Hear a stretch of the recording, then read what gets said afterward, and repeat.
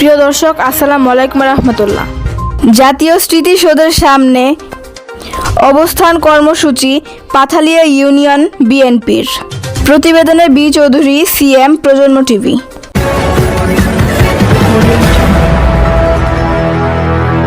Dear viewers, Generation on TV, I welcome you.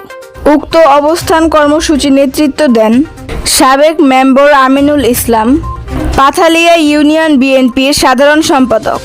তিনি আরও যা বললেন, যে ছাত্ররা শহীদ হয়েছে এবং যারা আহত হসপিটালে ভর্তি আছে তাদের নির্মমভাবে হত্যার কারণে আমাদের দেশনীতি এবং কারণে অহংকার দেশনায়ক তারেক রহমানের নির্দেশে আজকে আমাদের সারা বাংলাদেশে অবস্থান কর্মসূচি এক্ষুনি হাসিনার বিচারের দাবিতে আজকে সারা বাংলাদেশে বিএনপি কর্মীরা গঠিত আজ এবং কালকে অবস্থান কর্মসূচি হবে। এবং আমরা যারা এখানে আছি 20 মাইল, নবীনগর, বেলতলা, নয়ারহাট, পাথালিয়া ইউনিয়ন বিএনপি অঙ্গ সংগঠনের পক্ষ থেকে আমি পাথালিয়া ইউনিয়নের বিএনপির সেক্রেটারি হিসাবে এই নবীনগরে আমার অবস্থান কর্মসূচি আমাদের নেতা, সাভারের নেতা, মাটির মানুষের নেতা, সাবেক এমপি, ঢাকা জেলার সাবেক বিএনপি সভাপতি ডাক্তার সালাউদ্দিন বাবু ভাইয়ের নেতৃত্বে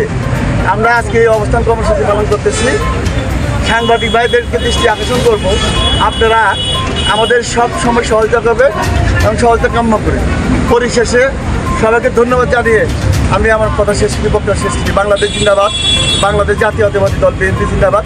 সবাইকে ধন্যবাদ। প্রিয় দর্শক, কমিটির মেম্বার উনি ওনার বক্তব্য রেখেছেন আসলে কর্মসূচির ব্যাপারে।